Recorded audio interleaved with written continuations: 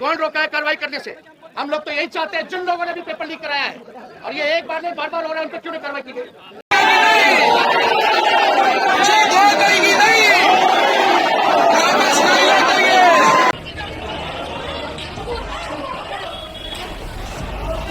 बीते दिन बीपीएससी 17वीं का पेपर हुआ और बता दें कि कई सारे परीक्षा सेंटर पे ये सुनने को मिला कि कहीं ना कहीं सील पेपर जो पैक है वो टूटा हुआ था और इस चीज़ को लेकर के स्टूडेंट के सामने कई सारे राज खुला, जिसको लेकर के आपको पता होगा पटना में डीएम जो है चंद्रशेखर, उन्होंने एक छात्र को मतलब थप्पड़ जड़ दिया है।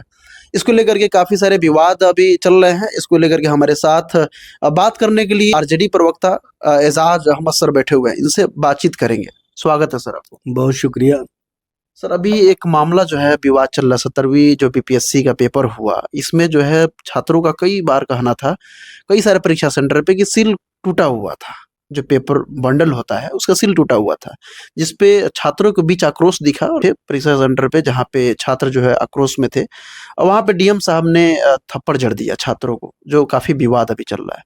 देखिए, सबसे बड़ी बात यह है कि जो 17वीं बीपीएससी की परीक्षा फुल प्रूफ होने का जो सरकार या बीपीएससी दावा करती थी, उसका पोल खुल गया। सबसे मामला गंभीर ये हो जाता है कि जब परीक्षा शुरू हुए तो आधा घंटे के बाद क्वेश्चन दिया गया और वो भी जो क्वेश्चन दिए गए तो जो बॉक्स आए थे वो बॉक्स का सील टूटा हुआ था। जो पेपर अलग से दिया जाता है वो फटे हुए कागज थे। कहीं ना कहीं लूप होल था और जब छात्रों ने इसका विरोध किया तो आधे से अधिक छात्र विरोध करके बाहर चले आए। उसमें ओएमआर सीट भी लेके आ गए, क्वेश्चन पेपर भी लेकर के आ गए, आंसर सीट भी लेकर के आ गए, सब कुछ लेकर सामने आ गए। और बीपीएससी शाम में दावा करती है कि कहीं पेपर लीक नहीं हुए। अब इससे बड़ा प्रमाण क्या हो सकता है कि 12,000 जो महात्मा गांधी सेंटर पर परीक्षार्थी थे, उसमें आधे से अधिक बाहर आकर के सारा चीज एविडेंस के साथ दिखाने का काम किए। ये ओएमआर सीट है, ये आंसर सीट है और ये क्वेश्चन है। और क्वेश्चन पेपर किस तरह से फाड़े गए उसका भी कहीं ना कहीं वायरल हो रहा है मामला, जबकि टीचर दावा करते थे कि मेरे अलावा कोई नहीं फाड़ सकता है और वहां पर छात्र ने फाड़ करके दिखा दिया। तो इस तरह का जो बीपीएससी दावा कर रही है उसका पोल उनके ही दावों में खुल गया और ये प्रमाण हो गया कि कहीं ना कहीं पर्चे लीक हुए हैं। जब 6,000 के करीब बच्चे बाहर आए तो उसके माध्यम से किन किन जगह पर वो, चूंकि आप 12 से 2 तक परीक्षा ले रहे थे, 12:30 पौने 1 के करीब में परीक्षार्थी बाहर आ गए, तो 1 घंटा सवा घंटा जो बचे हुए थे, उन बचे हुए समय में जो क्वेश्चन आए, जो क्वेश्चन पेपर आए या जो एमआर सीट में आंसर सीट था, तो उस आंसर को कहां कहां तक पहुंचाए गए, इसकी जांच होनी चाहिए कि नहीं होनी चाहिए। और आखिर छात्रों को फटे हुए जो क्वेश्चन मिले हैं वो कहां से आए और जो बॉक्स थे वो कहां से तोड़ दिए गए उसके सील। तो इस तरह का जो लूप होल है वो स्पष्ट रूप से प्रमाणित हो गया। और सबसे बड़ी बात यह है कि पटना के डीएम ने भी माना है कि वहां पर 27 सेट आना चाहिए था, आया 19 सेट। तो 8 सेट जो कमी रह गया, किनके पास चला गया वो क्वेश्चन पेपर, ये विचारणीय विषय है और इस पर सरकार को गंभीरता दिखानी चाहिए।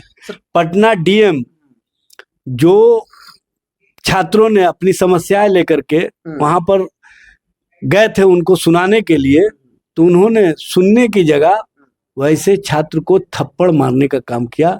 लोकतंत्र और लोकतांत्रिक प्रक्रिया में विद्यार्थियों को, अभ्यर्थियों को अब थप्पड़ मारने का कौन सा चलन ले आए हैं और कौन सा लोकतंत्र और लोकतांत्रिक प्रक्रिया को मजबूत करना चाहते हैं, यह स्पष्ट करना चाहिए। मुख्यमंत्री जी हम लोग पहले से कहा करते थे, नेता प्रतिपक्ष पहले से कहा करते थे कि अधिकारियों पदाधिकारियों के माध्यम से सरकार चल रहा है और अधिकारी पदाधिकारी किसी की नहीं सुन रहे हैं। यह स्पष्ट रूप से दिखा जब छात्र अपने वाजिब मांगों को लेकर के खड़े हुए अपनी बातें रखने के लिए, तो उनको थप्पड़ रसीद कर दिया गया। इस पर गंभीरता दिखानी चाहिए और जो छात्रों ने अपने आंदोलन के क्रम में बातें कही थी वो कहीं ना कहीं बातें सामने आ गई कि पर्चे लीक कराए जाते हैं एक माफिया और संगठित गिरोह के माध्यम से और वो सरकार से मिली भगत किए हुए हैं, वो दिखा। सर, आयोग के जो अध्यक्ष हैं परमार रवि मनु भाई, उन्होंने स्पष्ट किया है कि पेपर जो है लीक की जो बात है वो बिल्कुल गलत है, कहीं पेपर लीक नहीं हुआ है। अच्छा, ये बताइए बीपीएससी चेयरमैन जो दावा कर रहे हैं तो उनको इस दावे की सच्चाई को बताना भी चाहिए ना कि जब 12:45 बच्चे बाहर आ गए ओएमआर सीट लेकर के, क्वेश्चन पेपर लेकर के, आंसर सीट लेकर के, तो ये कहाँ कहाँ तक पहुंचे, किन किन सेंटरों तक पहुंचे, ये स्पष्ट करना चाहिए ना। अगर नहीं पहुंचे तो वो भी स्पष्ट करना चाहिए, इसकी जांच कराएं। आर्थिक अपराध इकाई इनकी ही एजेंसी है और वो एजेंसी बराबर सच और सच्चाई लाने का काम किया है। TRE 3 में भी सच्चाई सामने लाने का काम किया। CHO के मामले में 100 करोड़ का जो लेन देन हुआ वो भी स्पष्ट रूप से प्रमाणित हो गया।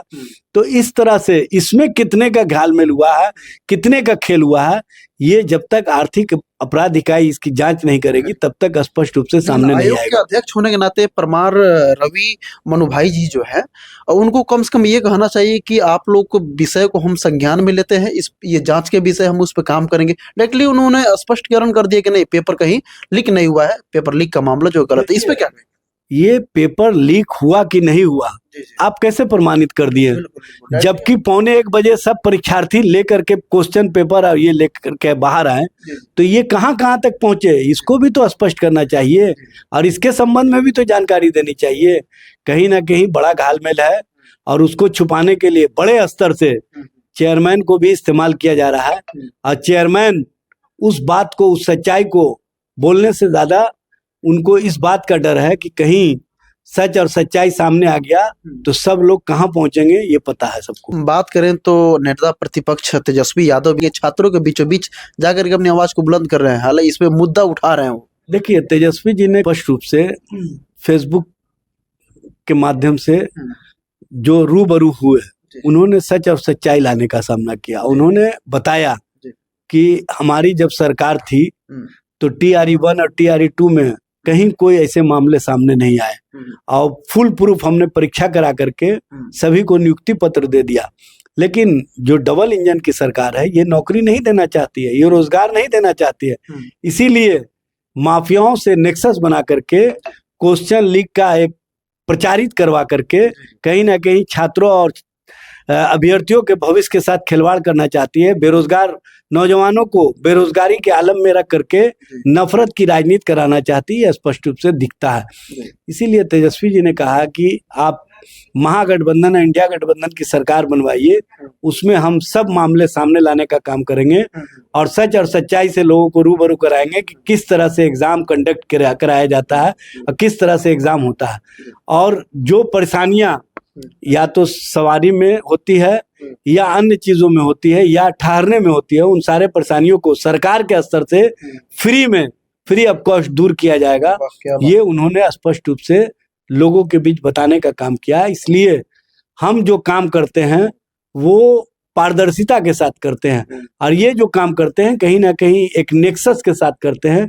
यही दोनों में अंतर दिखता है, ये बताने की आवश्यकता नहीं है। खान सर ने सर दावा कर दिया कि हमने लाखों अभ्यर्थियों का अपने सेंटर पे बुला करके एग्जाम लिया, खुद के परीक्षा सेंटर पे, तो एक पेपर भी लीक नहीं हुआ। जाकर दिखाइए, उन्होंने दावा किया कि आप दिखा दीजिए कहीं मेरा पेपर लीक हुआ हो, लेकिन आप इतना मतलब कम छात्रों को एक सेंटर पे एग्जाम नहीं ले पाते हैं। ये आपकी कमजोरी है कि किसी कमजोरी? देखिए, एक बड़ा मामला है और इसमें बड़े लोग शामिल हैं, कोचिंग संस्थान के लोग भी शामिल हैं और बिना कोचिंग के मिली भगत के इस तरह के पर्चे लीक नहीं होते हैं। पर्चा लीक के लिए आप कानून तो बना दिए हैं, लेकिन कानून का पालन कराने वाली जो संस्थाएं हैं वो कहीं ना कहीं मिली भगत किए हुए हैं उन लोगों से जो इस कानून को तोड़ने का काम करती है। चलिए, बहुत बहुत शुक्रिया।